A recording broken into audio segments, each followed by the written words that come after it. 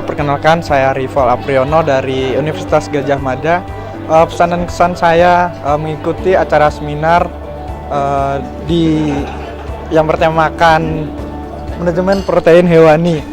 Saya sangat senang sekali dan di mana di sini kita banyak mendapatkan ilmu-ilmu baru yang mana sebelumnya tidak mendapatkan langsung di dunia perkuliahan.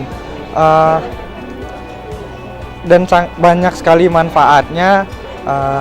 Harapannya semoga acara ini diselenggarakan secara berkelanjutan agar dapat memotivasi banyak orang dengan menekankan pentingnya protein hewan, terutama protein hewani untuk kesehatan, dan juga untuk masyarakat lainnya untuk lebih terus mengkonsumsi protein, terutama protein hewani, agar juga mendukung swasembada daging di Indonesia.